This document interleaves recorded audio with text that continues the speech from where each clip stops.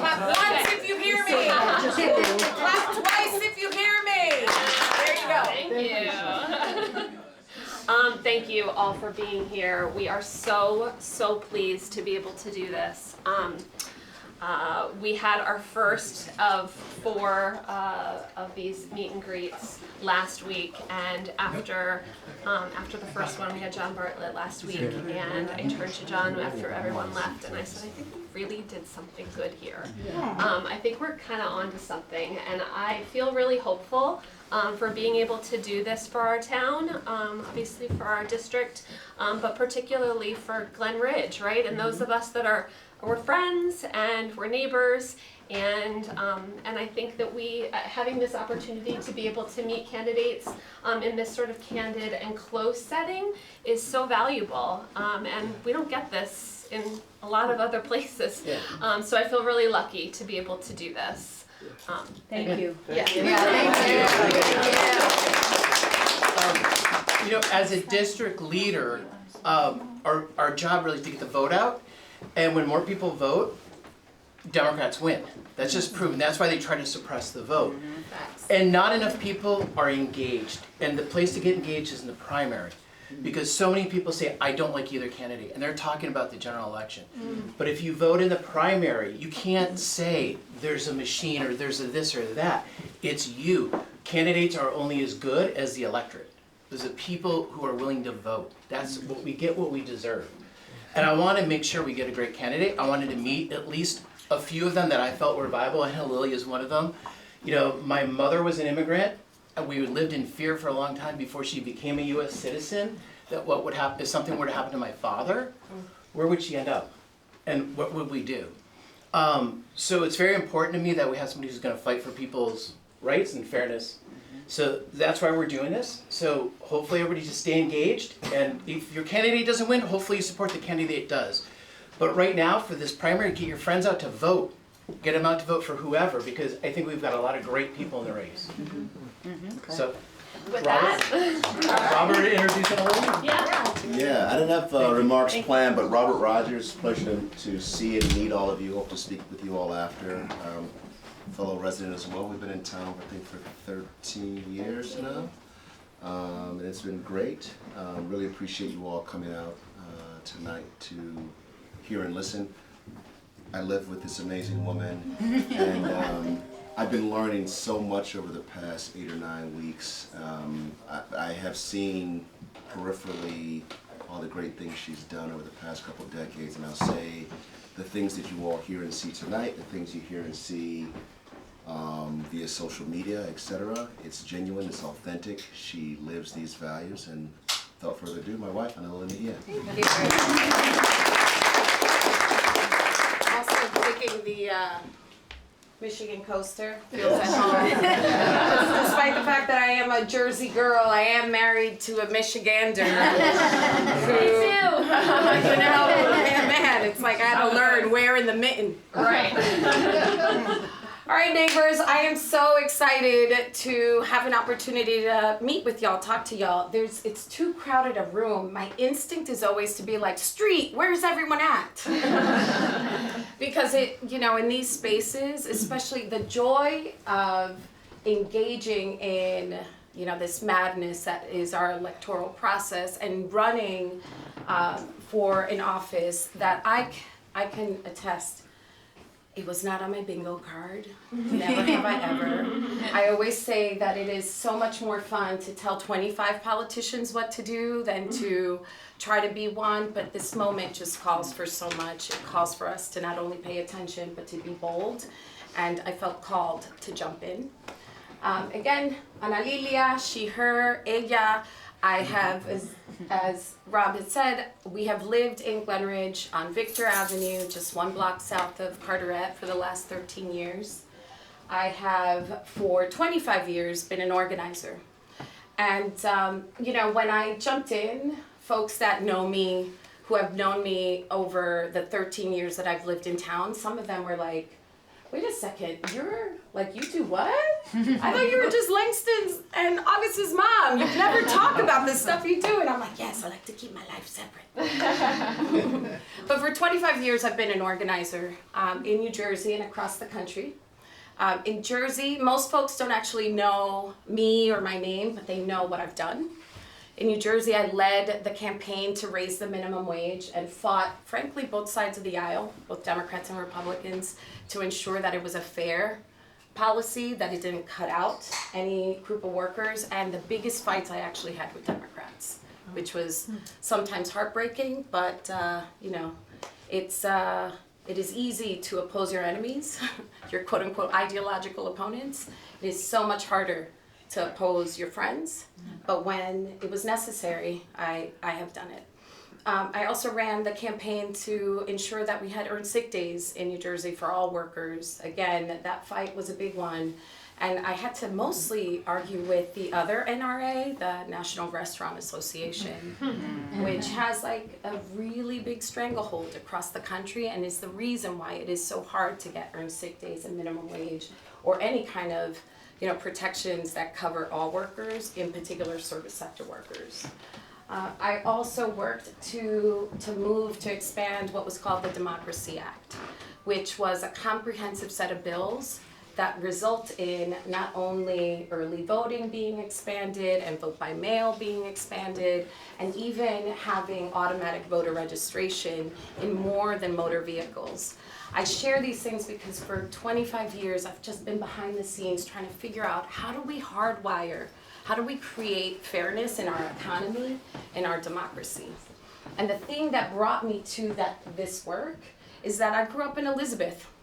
I am the daughter of immigrants. I was born in the United States. I am a citizen because despite the fact that my mom was undocumented when I was born, the 14th Amendment says birthright citizenship for every child born in this country.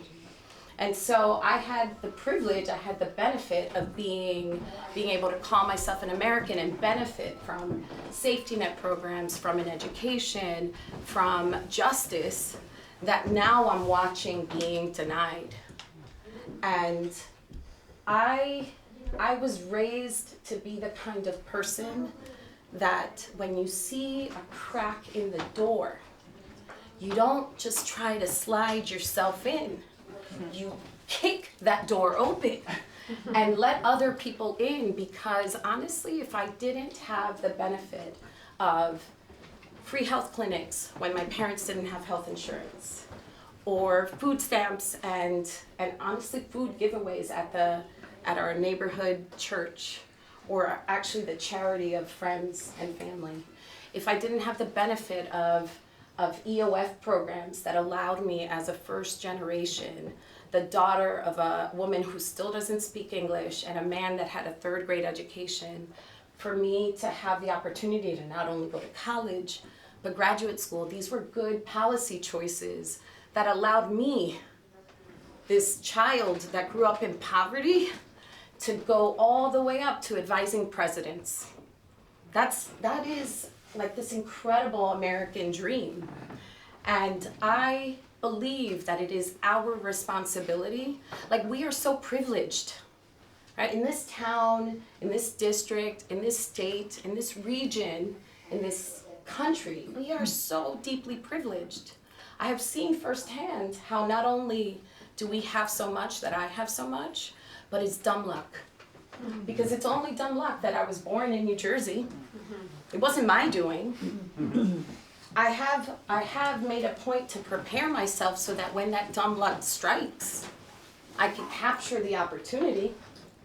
So 10 weeks ago, when frankly I felt like we are in this moment where I can see that we are in full democratic backslide, that our government, the biggest problem that we in fact face in democracy is the outsized power of big money. It controls our democracy, and we have a rigged economy. And many of us are protected of the worst, those excesses right now, but it's not lasting. In fact, what we are watching is that erosion. I often say that it is the marginalized, it's people who maybe have less opportunity that are forced to build their homes on the edges. And so when a tsunami of injustice comes, they're the first wiped out. But that wave comes for everybody. Think about the housing crisis. For years, predatory lending was siphoning away, stripping Black families of the one little bit of economic security that they had, their homes. And predatory lending ended up stripping a huge amount of Black homeowners of their little nest egg. And it happened in silence because banks were making like tons of money off of it. But then that group, those on the margins, that they were absorbed. There was no more money to extract from those communities, but they had to move on. And so then we have predatory lending and ridiculous lending practices that then come for all of us. And what do we have? A massive housing crisis. I can name multiple issues that are like that. That if we don't pay attention to people on the margins, we are harmed. As I said, I've lived here for 13 years. I've talked to my neighbors, and in this time, what I have learned is that so many of us stretch to be here. We buy a little bit, a bigger home than maybe we could afford, a little bigger mortgage than maybe we feel comfortable in because we want the infrastructure. We want to be able to walk to the train. We want to send our kids to a good school. And for a while, it's okay. But if you lose a contract, if you lose a client, if tariffs all of a sudden make your expenses higher, then you may not be one paycheck away from disaster, but you feel it, you know it, and there is something going on across the country, and we have a chance in this moment to stop it. I jumped in, I want to take questions, but I jumped in because in my day job, I run an organization called the Center for Popular Democracy. It is a national network that realizes that 90 million people did not vote. In fact, in 2024, 7% less, there was a 7% decrease in turnout in New Jersey. Less people voted in 24 than 20. We have a crisis in our democracy. Isn't that mind-blowing? So we have this, not only do we have a rigged economy, and I will say, I mean, the fact that 3 corporations, BlackRock, Vanguard, and State Street, have almost a stranglehold on our economy. They are the largest shareholders in 95% of S&P 500 corporations. That means that those 3 companies have outsized power on our entire economy because of it. And those 3 companies pay lobbyists to change the rules and to make less accountability because it allows to make more money. And I have a 401k. I want to retire. I look at those stock prices just like everybody else. But what is happening if we allow unchecked avarice to destroy our actual competition in our economy, and we allow that consolidation to continue and we don't break those monopolies, ultimately that tsunami, it's not hitting us now, but it will. And so we have to, even though it feels good in the now, it's bad in the long. And so being able to be responsible, to be the kind of Americans that say, you know what, I'm going to take less now so that we have a future later, that's what I'm about. That's what I'm hoping, that's what I'm banking that voters in NJ11 are also about. I will talk about how I feel like we have essentially our democracy is not only in shambles, but it's getting increasingly worse. In my role in working in the Center for Popular Democracy, I am part of a national network that is very attuned and trying to fight against rising white Christian nationalism, an attempt to take over our country, and they are succeeding. They have captured our courts, they have captured state houses, they are on the way to essentially take over enough state houses to call a constitutional convention. This is happening. My job is to pay attention to it. It's what I do for a living. And so when I saw that we had, before I jump into that, the thing that we are trying to do in response is that we can see 2026 is about we want to flip the House, but it is insufficient to just gain a seat. You have to have people who are going to be able to not only understand, diagnose the problem, but have the ability to navigate towards a solution. I will remind you that Republicans, just about 8 crazy Republicans, were able to yank their party into madness because they worked together. So here I am running an organization that is nationally trying to do this, is trying to identify and move people who will not only stand up for democratic values, but will work together and are willing to organize and to suspend the self-interest, the self-aggrandizement in service of the collective. That's happening. I could see it, I know it, I run it. And so here's this opportunity in New Jersey where I could see that there are folks who are running that are incredible statesmen. And in a regular time, it would be okay. But in this moment, I contend that you should send an organizer to Congress. Someone that has the kind of relationships and expertise to work across the party and organize people to turn them out to vote. I'm not trying to be there forever. I'll be honest, I really don't want to. But I think we must. I don't think we have a choice, y'all. I think we are so close to losing everything we hold dear. It keeps me up at night. You could ask that man. I make him crazy. In fact, on election night, I was like, I think we need to move to Canada. And then I was like, oh no, I refuse, because this is my country. This is my land. I love the United States. I love New Jersey.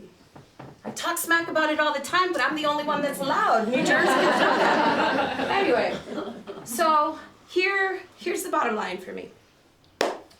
You know, while like I said, there are candidates who are excellent statesmen, and they would, you know, in regular times would be amazing. I'm sure I'd vote for them.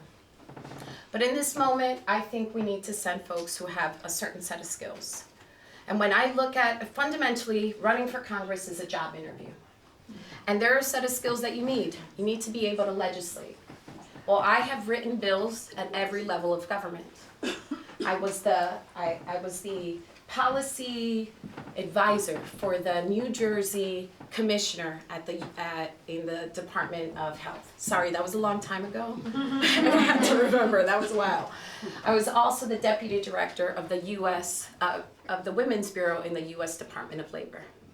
I have not only legislative bill writing experience, policy making experience, because, you know, organizers, they're actually the ones working with legislators to write a lot of bills and to help identify how to make them so that they actually respond to people. Good legislators legislate that way.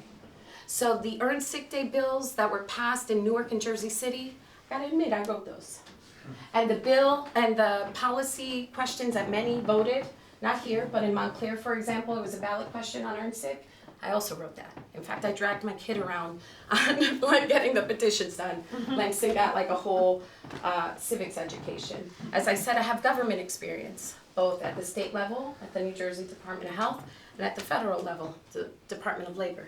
I have advised city council all the way to presidents and everything in between.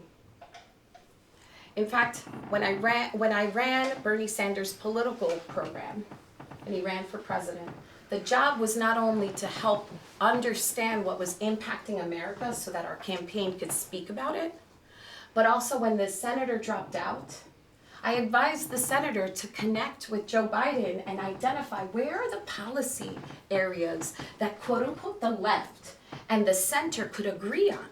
And I spent my whole COVID summer managing 6 policy task forces with the likes of John Kerry and AOC, Vivek Murthy and Pramila Jayapal. These are serious people who together crafted what ultimately became Build Back Better. I watched it happen. I helped make it happen. I know how it works. And so most people will see just the organizer. Some people in town will just see the mom. I love that. It's my number one job. Some folks will only see the organizer or like the progressive organizer. But I want you to see that in fact, for 25 years, behind the scenes, I've been doing the hard work, not getting the credit, but doing the thing that we need. And this moment, I'm only jumping ahead because I think we need to spark something. I think we need to excite people back. And I think if we win, if I believe that if we are able to win with bold policies in this special election, it's also the first race in 2026. It means that we are able to pull the party a little further left where we can. And yes, as like a progressive, root word is progress. Yes. As a progressive, of course I want to see progressive ideas move. But here's the other strategy, y'all. In places where we could go bold, we must, because it creates space for places in which they still feel like they have to dream small or capitulate on our rights, that in those places we give them hope, because it's not just like places like New York City. It's Glen Ridge, it's Milburn, it's Morristown. It's coming for us. We can stop it. So I'm gonna stop there. I love to talk. Let me in Dominican. But I would love to, if there are questions, I'm assuming you've done this like Q&A. Plus, as an organizer, I want to hear from people. I'm just gonna be honest. I'm like, what are the things that folks are most like? What are pressing issues? What are you? Thank you for ripping the Band-Aid. My sister, tell me your name. Tamar Wishegrad. We met in Morris Plains at the panel that you did there. So I drove all the way down from Morristown. It's horrible. So no, right. I don't mean Morristown. No. There was a raid. So no, there was a raid, and a high schooler doing his laundry was taken. So that's exactly what I was going to lead with. So that's 5 minutes from my house. They raided a laundromat that, there's a little area with a lot of immigrant-run businesses, small businesses, and there's a laundromat there, and they just wiped. They just went in, Speedwell Avenue, yeah. And these are places that all of us who live in Morristown frequent. We go to those businesses. We know these are the kids that go to the schools that aren't everyone else's kids go. These are our neighbors. So it hit really hard. People in Morristown are freaking out. In fact, right now, half my friends are texting me. They're at a protest across the street from the headquarters where the hotels, where supposedly they're putting up ICE officers. I hope they keep them up at night. That's happening right now. So my question is, like, it feels like a log jam. Like, we can't talk about any of the other stuff because there's an executive out of control. And out of control and militarizing not just the cities but the suburbs now. And and we can't, we can't do anything. So okay, we Republicans have control of Congress, so we can't do anything. But my question to you is, what happens when we win the 11th and then we win again in the general, and we, let's say, God willing, take the House, and we have a majority in Congress? The next day, or the day that y'all get sworn in, or whatever, what do? How will Congress check the executive so that we can think about anything else? So that we can think about education, and we can think about climate change, and we can think about all the rest of it. How do you stop the out of control executive? How does Congress reassert its power? Okay, thank you. I'm so sorry. This is like frightening. First, may I have some water? Yes. Like, menopause is real, and I'm in front of the fire. It is. All right. So you're right that until we have a majority, it's impossible to legislate or to win your bills. Very, very difficult. The thing to remember is that members of Congress, elected officials, have two levers, but they underutilize the second. The first lever is the ability to legislate, right? So you're right, until you have a majority, putting your bills up doesn't necessarily mean thank you very much. Doesn't mean that you will actually get what you want. I'll use a coaster. So it doesn't mean that you'll be able to achieve your purpose. It doesn't mean that you don't put out bills. It doesn't mean that you don't fight for them. It doesn't mean that you don't mount an organizing campaign to educate your constituents, and by the way, the constituents of your opponents, about what it is that you're trying to do. Because that's how you actually win bills. You move people. All right. The second lever, and I allude to it, is the ability to shape a narrative. See, governing power actually has, some folks may have heard me say this if you've ever been in one of my trainings. I also run these national trainings for people who want to run for office so that they learn the skills to be able to capture governing power. And the thing I teach folks is that governing power has actually 3 phases. The first phase is the ability to decide. So that's if you legislate, you pass a bill, you're the decider. That's one. That's not enough though. The second phase is that you set the agenda. So maybe you're not the ultimate decider, but you can make a demand about what is going to be discussed. The third phase is the ability to shape the narrative. That is, okay, not only are we going to make this decision, this set of decisions, but I am going to shape the way in which they're evaluated. I contest that most of our representatives, most of our electeds don't understand that. Right? They don't understand that they actually, some of them do, but you have an incredible responsibility to ensure that your constituents, and again, the constituents of your ideological opponents, understand the issue and the consequences on either decision. Think about what happened with the government shutdown. There were organizers, myself included, behind the scenes, making sure that people understood what was at stake and who was really creating the crisis. That what we were fighting for wasn't like petty, like us versus them, but that we were trying to save Medicaid and Medicare. We shaped the narrative. We forced the question.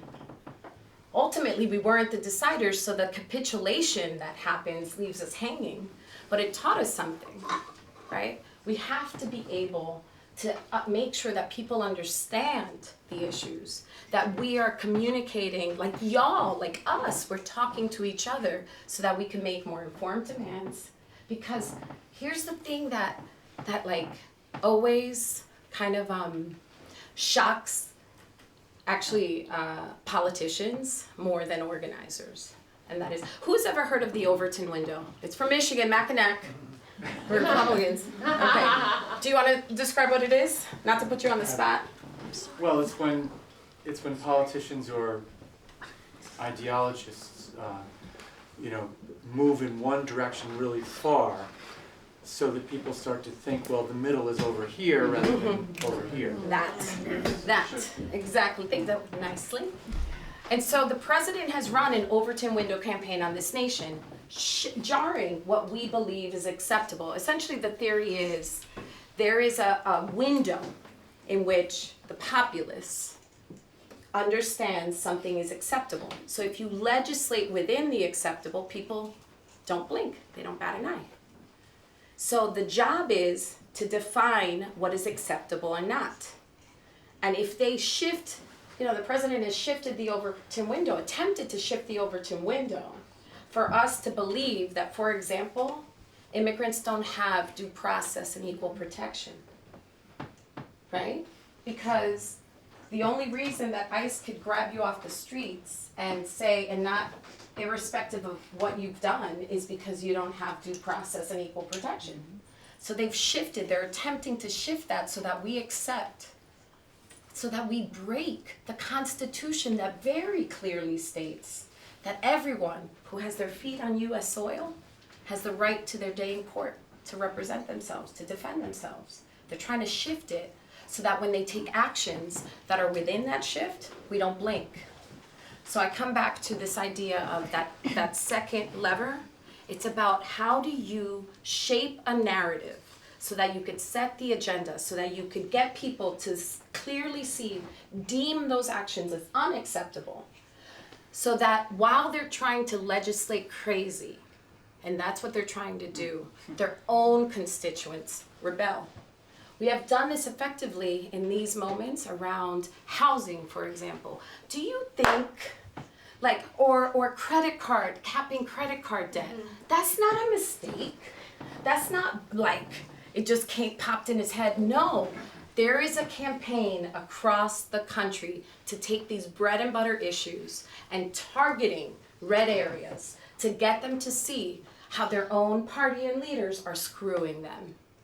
And then making them call out the question and forcing electeds, because the thing about the Overton window is that politicians don't set it, they respond to it. So you ask, what do we do in that moment? Like once elected, what I'm going to do is, that's why I received the endorsement of the Congressional Progressive Caucus. I also have the endorsement of, it's not rolled out, please don't tell anybody, I know it's on video, let's not post. But there's a reason why Pramila Jayapal and Greg Kassar and Ayanna Presley and Chuy Garcia and Maxwell Frost have all endorsed me. If you don't know, those are all organizers who went to Congress. Right, Maxwell was one of the young men that experienced gun violence in his school, and it launched into Congress.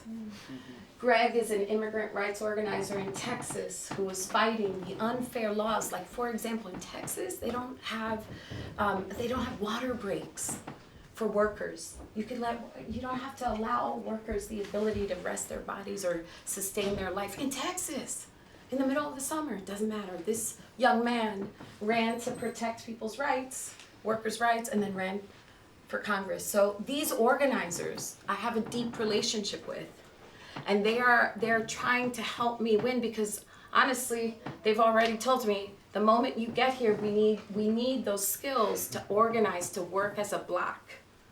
I need you to know that even though things are hard, we can fight back. I'll close with this and I'll ask for another question. You know, authoritarianism isn't new. It's not new in America. What was Jim Crow? What was slavery? Right?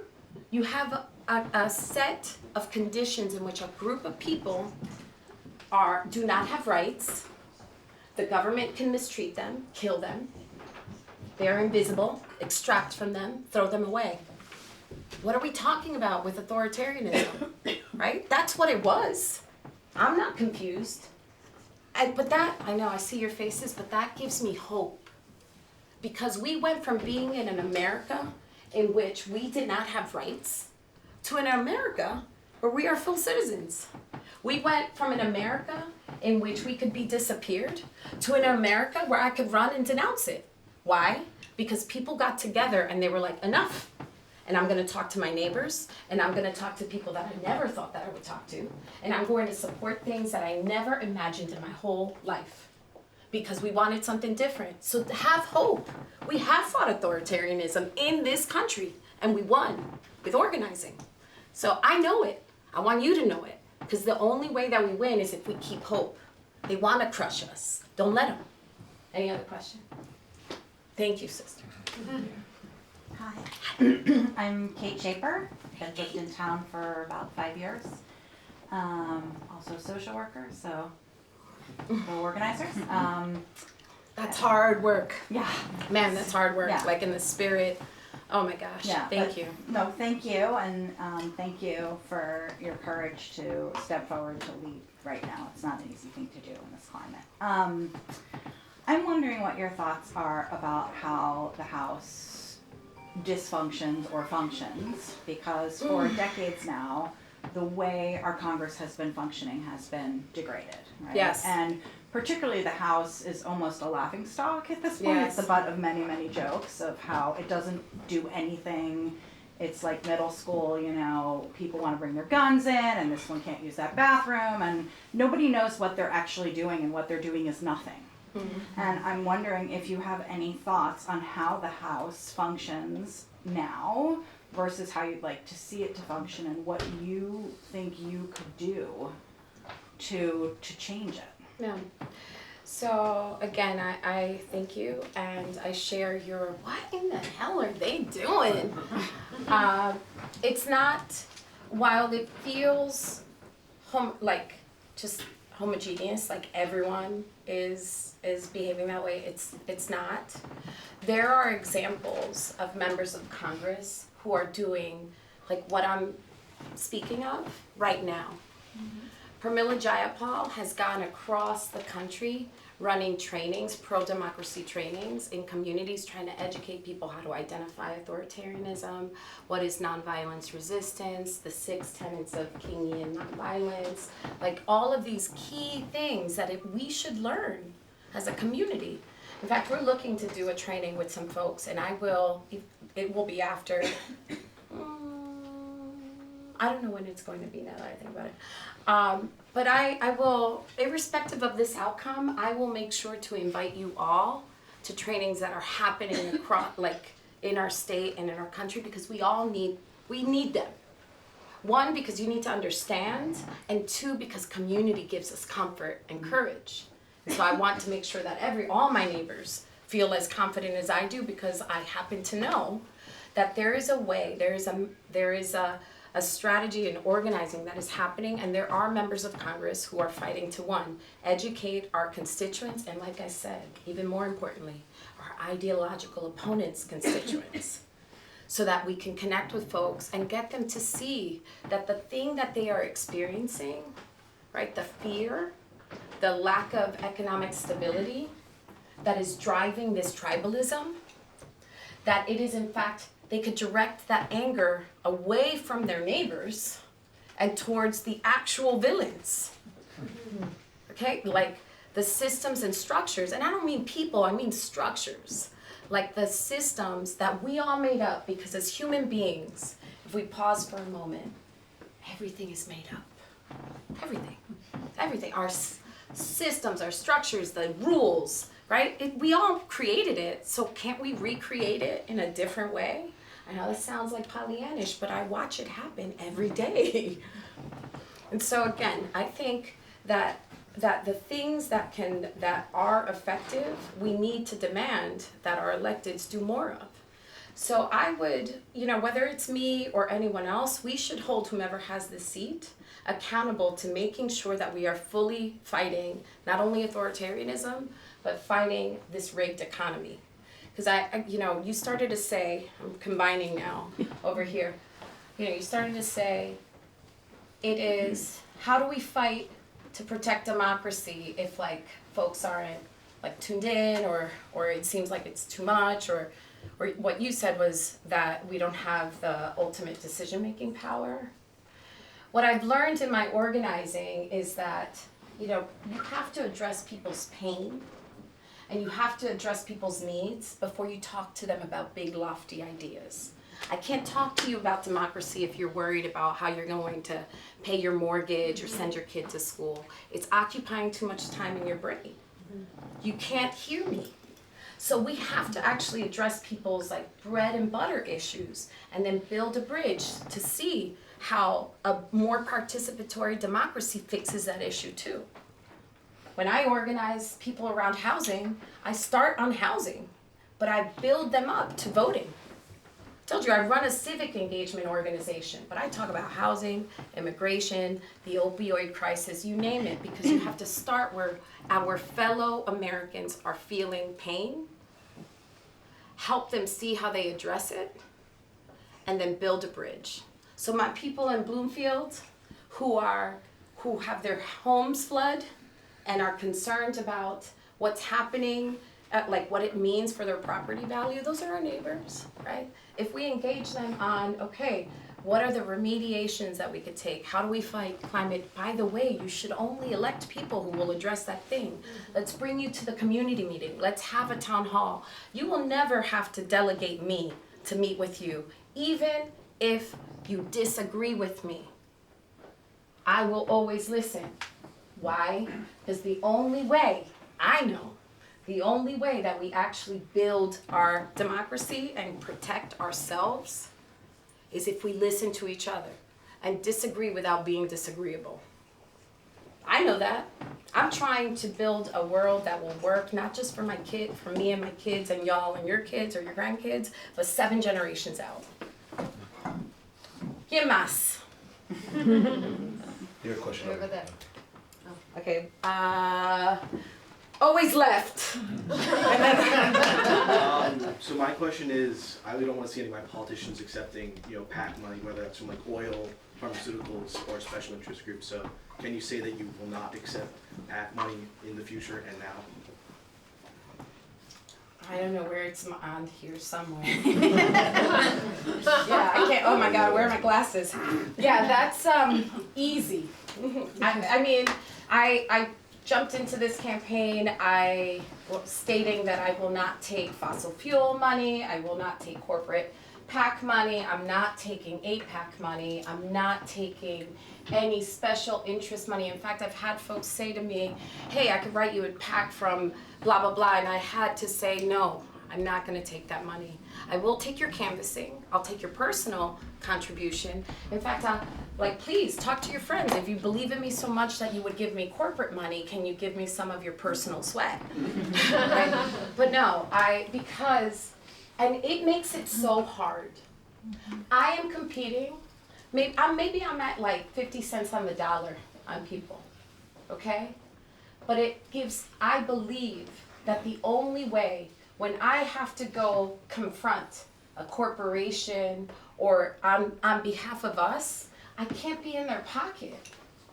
Because it does influence how they think. I know, I've been doing this for 25 years, even the best of them. If they take that money, they end up being beholden. I've watched it over and over again. So that's easy, that was from day one. In fact, I won't work for someone. Like when I worked for Bernie, it was like, I have to be in alignment.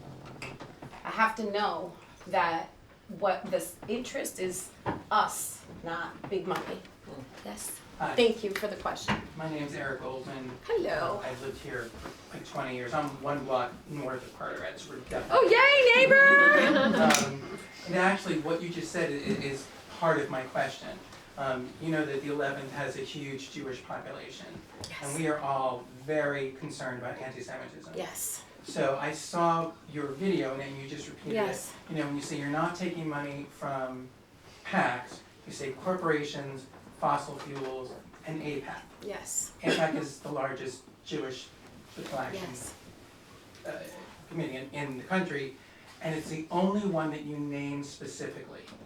And considering that anti-Semitism is such a hot-button issue for the Jewish population that you would represent, why is that the only PAC that you're naming? I thought I was being specific across the board. I would be very specific on individual companies, but what I'm going to address is what I'm hearing underneath, which is, why would I say it and what do I believe? Yes. Yes. So thank you. I'm grateful for the question. So on Sunday's forum that you're raising, there was a question posed in which 80% of the question I could answer yes, and there was a portion of the question that I couldn't. I was asked whether or not I believed that the Jewish people had a right to live, to self-autonomy, to self-protection in their ancestral lands. And to that I say yes. Where I draw the line and why I couldn't raise my hand is that I do not agree. The question was, in my opinion, should there be a nation or a government that essentially is connected to religious ideology, or for one gives primacy or even perceived primacy to one group of people? And I as I said in that forum, I believe that people should live free from fear and from oppression and from hate. And hell yeah, anti-Semitism is rising. Our Jewish neighbors were having swastikas painted in front of their homes. Anti-Semitism and anti-blackness goes hand in hand. See, I understand that black people in America have been positionally put in a position of marginalization. And I also understand that historically Jewish people have been put in a position to buffer, often used as scapegoats. often used as scapegoats to make black and brown people not see who is actually harming them in the middle. My campaign manager shared this story with me. I was like, so I share it because it's an example of what I mean. His grandfather, the job that he could get was as a rent collector in Bed-Stuy. The property owners were, affluent Protestants, but they would hire Jewish people to expose them to would mistreat the black tenants and then send a Jewish rent collector to receive the brunt of that harm. That's anti-Semitism. I know.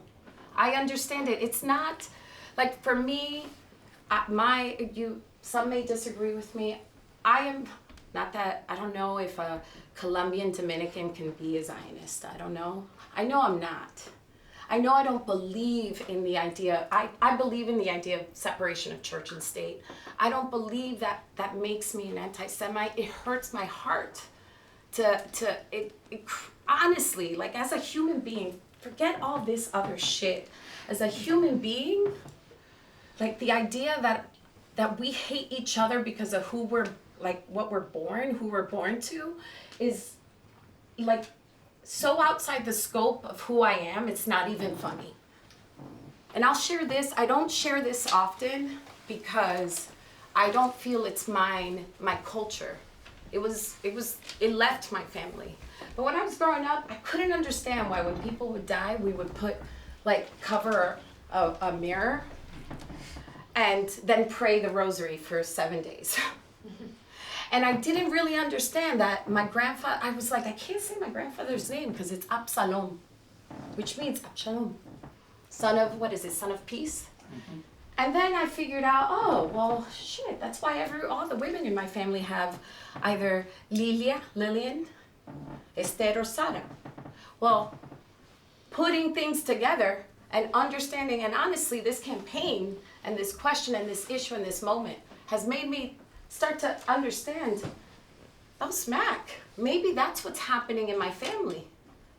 Maybe that's why, like, in my family, these things that are very clearly, like, indicators of crypto-Judaism exist across Latin America. Because anti-Semitism made people deny their own heritage. Think about the fear that people have to feel to deny their grandparents and their great-grandparents. That's horrifying. And I think about how, oh my gosh, that's like, that not only exists across America, but I could see remnants of it across my own family. The other thing is that when I was growing up, I also heard, we would joke about my great-grandfather my grandmother would say things like, oh, era un católico malo, se cruzaba así. And it was, now I understand. My God, like, this is real. I understand it to be real. There is a line in which I respectfully feel that I believe in separation of church and state. I believe that whenever government mixes with religious ideology, it creates conditions that are not tenable for everyone. In this country, the rise of Christian nationalism has resulted in, like I said, a captured Supreme Court, and now I don't have bodily autonomy. Thankfully, menopause has taken away the But the truth is, like, what I can commit to is I am not a person that will stand for hate. I am a person that will receive, like, all of the counsel and education and will strive to understand. But I cannot look at what's happening just for, again, y'all are my neighbors and this is a job interview and I want you to know who I am. I can't look at what's happening in Gaza and not feel like Palestinian people are being punished wholesale for the actions of, yes, egregious, horrible, terrible, like horrifying actions of Hamas, but I can't help but see that Palestinian people seem to be living in apartheid, and that but it's only by the grace of God that that's not my reality. And I would want to work, and I in fact work with my Jewish brothers and sisters in organizing who agree with that position, that we should be defending the rights of everyone, because I do believe Israel has the right to exist, but I think Israel has the right and responsibility to exist as a free nation for everyone. And I would support diplomacy and supporting, building towards peace, but I would be in opposition of public tax dollars for bombs, because it's only by the grace of God. And that's my truth. And if we disagree, I can disagree without being disagreeable. Thank you.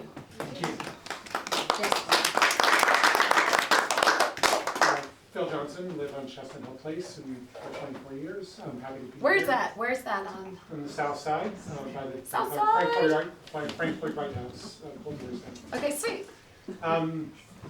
Everything's I'm gonna national trick or at this treat stage, at all your but houses in terms later. of, what are kind of the 2 or 3 key issues that you see District 11 needing? Right? What are the local New Jersey District 11 issues that you think you would focus on as your time in Congress? So the things that I'm hearing the most, and the things that I'm experiencing, because it turns out I live here. One, and in no particular order of importance, I would say, one is that our infrastructure, we are a commuter town, right? Like, in fact, we drew a circle. When we were trying to look for a house, we drew a circle and we were like, how far to get to the city? You were working in New York, I was working in Newark, and we're like, we need to find ourselves in a place in which we are able to have access to public transportation, get into the city, maybe have a place to go on date night, and the ability to get to and from our place of work or entertainment that is quick, that is safe, that is affordable, that we're not in the middle of summer. I don't know about y'all, raise your hand if you've ever gotten caught on that train and the lights go off. Oh my gosh, and forget if it's summer. So demanding and pushing for restoration of the Gateway Tunnel. I have. Okay. I will take more. Thank you. I just didn't want to waste the cup.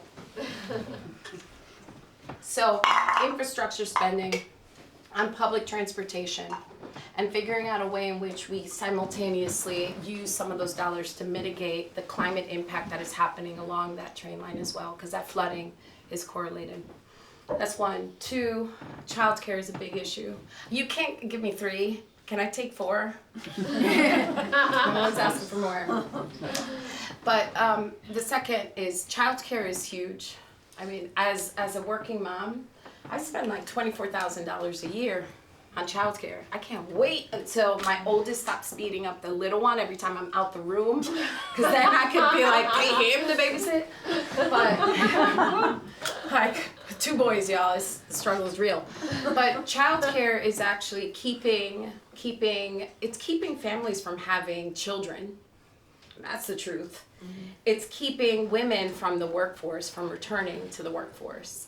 It's keeping workers in poverty, because not only is it expensive, but then we don't provide the kind of resources that we need for the workers themselves.